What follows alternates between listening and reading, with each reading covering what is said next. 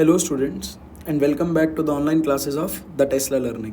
बेटा transport of gases की series में आज ये अपना लेक्चर नंबर 3 है।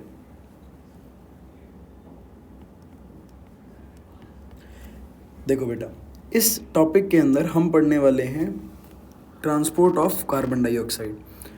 अगर मैं बात करूं ट्रांसपोर्ट ऑफ कार्बन डाइऑक्साइड की, तो सबसे पहला क्वेश्चन हमारे पास में आता है कि सर कहाँ से कहाँ ट्रांसपोर्ट हो रहा है। तो इसका ट्रांसपोर्ट होता है फ्रॉम टिश्यू टू एल्वियोली। ठीक है सर।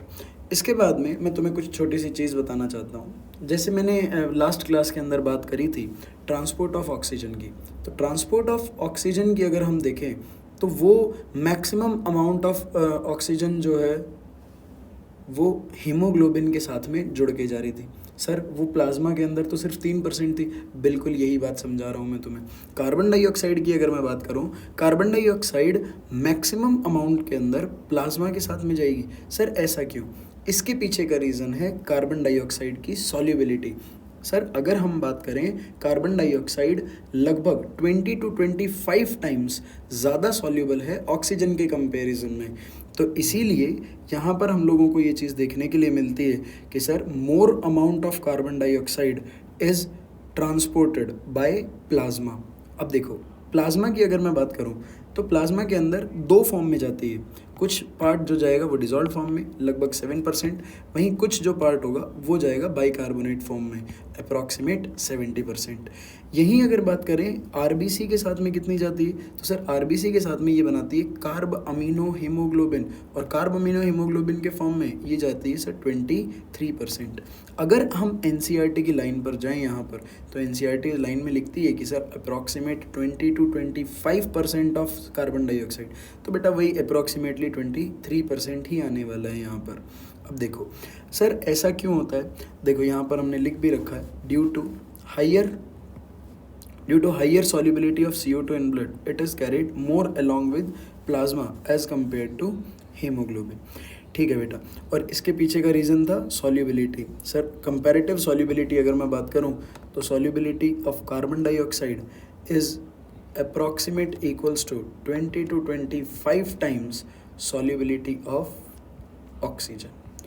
ऑक्सीजन की सॉल्युबिलिटी के लगभग 20 to 25 टाइम्स मोर सॉल्युबल होता है हमारे पास में sir carbon dioxide.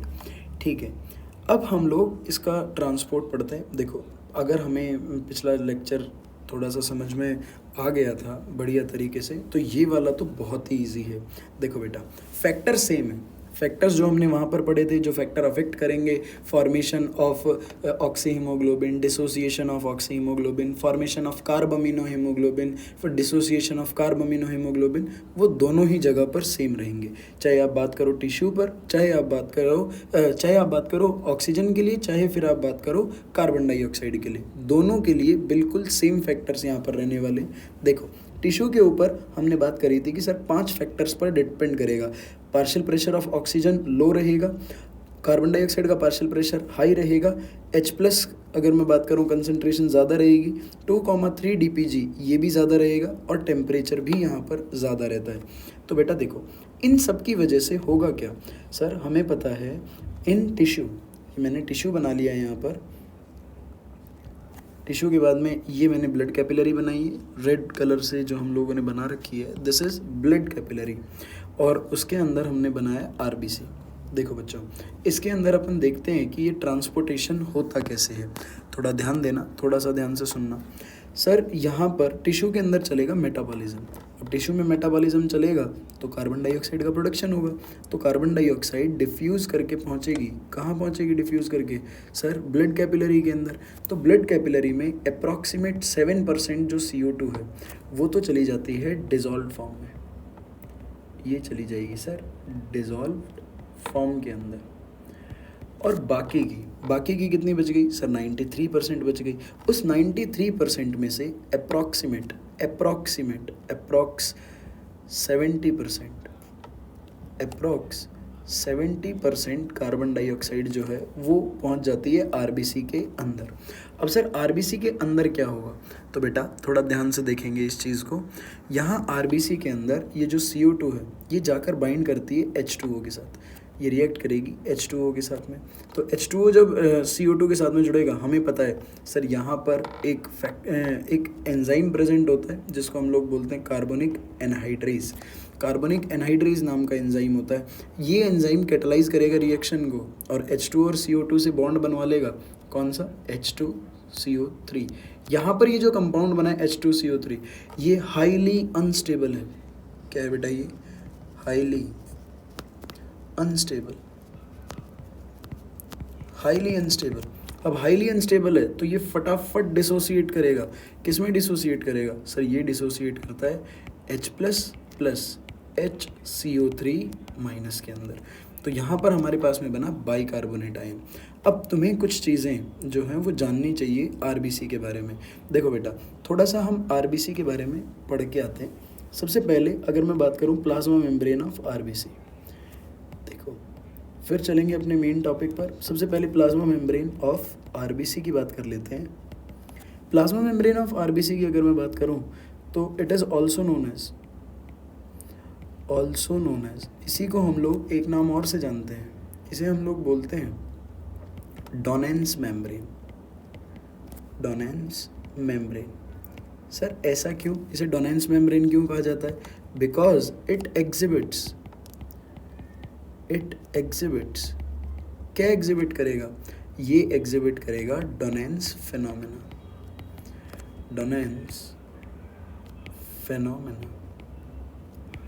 Sir डोनेंस phenomena ये क्या होता है? डोनेंस फिनोमेना के अंदर आपको एक बात ध्यान रखनी है कि सर आरबीसी की जो मेम्ब्रेन है वो ओनली परमिएबल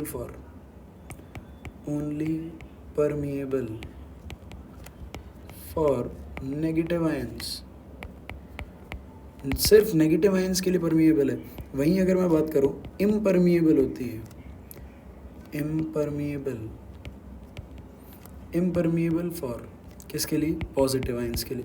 तो यहाँ से पॉजिटिव आयंस क्रॉस नहीं कर सकते।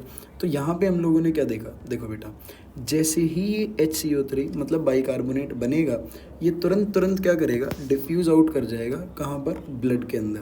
अब देखो ब्लड के अंदर जैसे ही पहुँचता है, ब्लड में हमारे पास में क्या प्रेजेंट है? ब्लड में हमारे पास में प्रेजेंट है कुछ आयंस जैसे कि Na+, Cl-, K+, इस तरीके के बहुत सारे आयंस प्रेजेंट होते हैं यहाँ पर।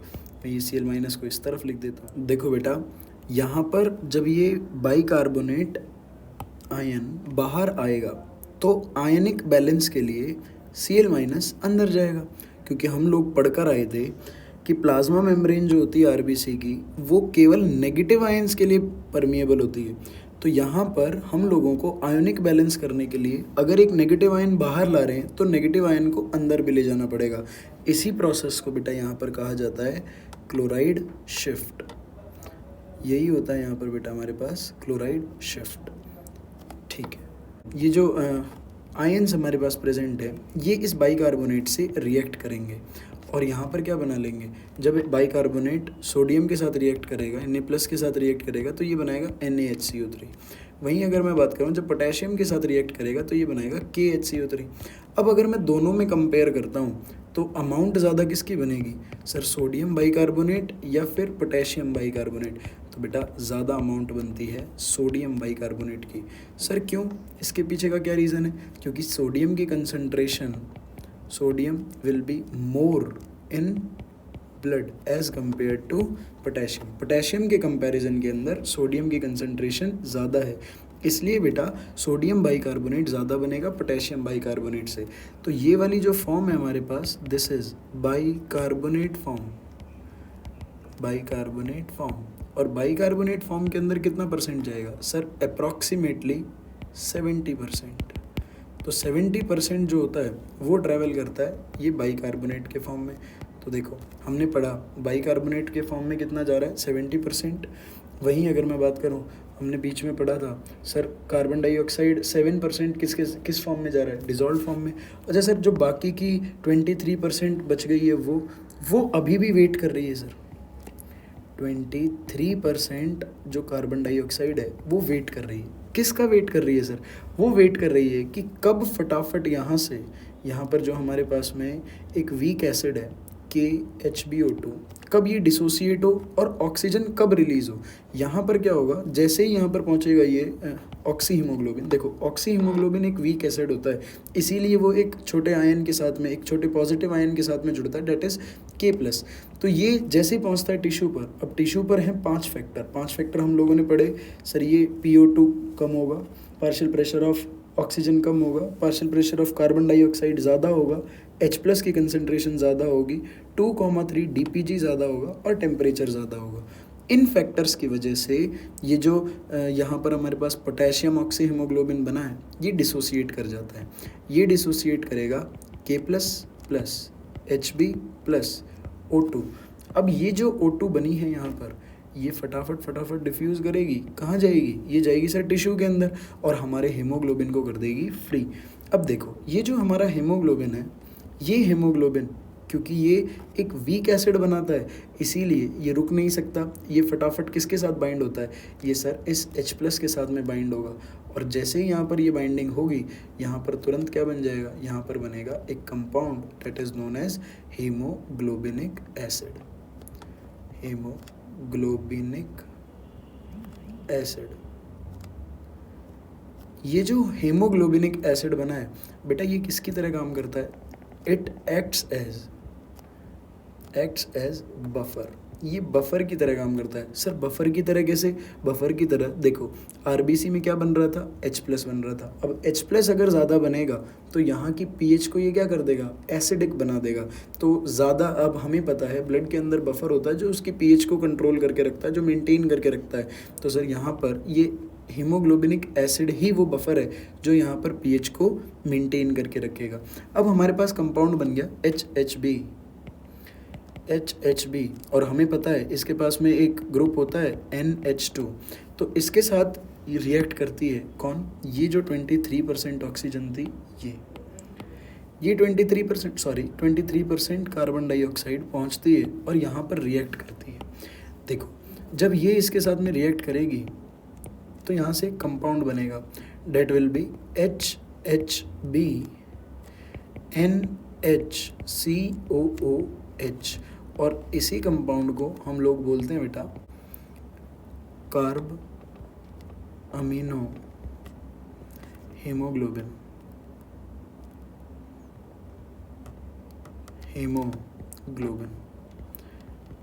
और ये कैरी करता है अप्रॉक्सीमेट 23% ऑफ, ये कैरी करता है 23% कार्बन डाइऑक्साइड। तो 23% कार्बन डाइऑक्साइड किसके साथ में जा रही है, सर ये जा रही है कार्ब अमीनो हीमोग्लोबिन के साथ या की फॉर्म में। देखो अब ये यहाँ से ब्लड चलेगा और ब्लड पहुँचेगा कहाँ पर, एल्वियोली पर। देखो बेटा एल्वियोली के ऊपर जैसे ही हमारा डीऑक्सीजनेटेड ब्लड पहुँचेगा, यहाँ पर due to high partial pressure of oxygen क्या होगा, ये जो हमने बना रखा था कार्ब अमीनो हीमोग्लोबिन, ये तुरंत डिसोसिएट करेगा और ये फॉर्म करेगा H+ हीमोग्लोबिन और यहाँ पर रिलीज़ कर देगा carbon dioxide. Now this carbon dioxide will be released out into alveoli, ये एल्वियोली में चली जाएगी। सर जो 7% डिजॉल्व फॉर्म में आई थी वो भी यहाँ पर एल्वियोली में चली जाएगी। अच्छा सर जो 70% बाइकार्बोनेट के फॉर्म में थी वो अभी बाइकार्बोनेट एंटर करेगा किसके अंदर, RBC के अंदर। देखो RBC के अंदर एंटर करते ही ये बाइंड करेगा इस H+ के साथ, तो H+ बाइकार्बोनेट HCO3-, यहाँ से क्या बना लेंगे, in presence of carbonic anhydrase ये बना लेंगे H2CO3। अब ये H2CO3 कार्बोनिक एनहाइड्रेज की प्रेजेंस में क्या करेगा, वापस से डिसोसिएट होगा H2O + CO2। ये जो CO2 बना है बेटा, ये वाला CO2 भी यहाँ से डिफ्यूज़ आउट कर जाएगा और 70% चली जाएगी। इधर से गई थी 23%, इधर से आई है 7%। देखो बेटा ध्यान से सुनना एक छोटी सी बात यहाँ पर, जब यहाँ पर ये हीमोग्लोबिन ने रिलीज़ किया H+ को, तो क्योंकि ये एक वीक एसिड है इसीलिए ये एक छोटे मॉलिक्यूल से जुड़ेगा और यहाँ पर ये पोटेशियम वाला ये जो KCl बना था, ये KCl डिसोसिएट करेगा और यहाँ से ये बना लेगा K। देखो बेटा इसको मैं थोड़ा अच्छे से लिख देता हूँ, यहाँ से ये बना लेगा KHB। यहाँ से वापस से फॉर्म हो जाएगा KHB हमारे पास में। और सर ये Cl माइनस, अब देखो क्योंकि यहाँ पर बाइकार्बोनेट अंदर आ रहा था तो हमें आयोनिक बैलेंस करने के लिए ये करवाना पड़ेगा Cl माइनस बाहर, तो इसी को हमने बोला reverse chloride effect. Chloride effect याद रखना बेटा, जो क्लोराइड इफेक्ट होता है, क्लोराइड इफेक्ट जो होता है ये कहाँ पर होता है सर? ये होता है at tissue level, tissue level.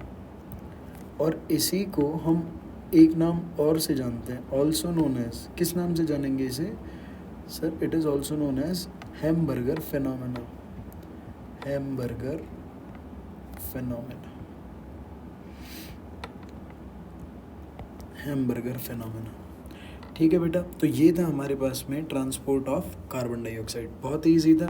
अगली क्लास में हम फिर मिलेंगे कुछ और इम्पोर्टेंट टर्म्स के साथ में, कुछ और इम्पोर्टेंट टॉपिक्स के साथ में। तब तक के लिए टाटा बाय बाय, टेक केयर।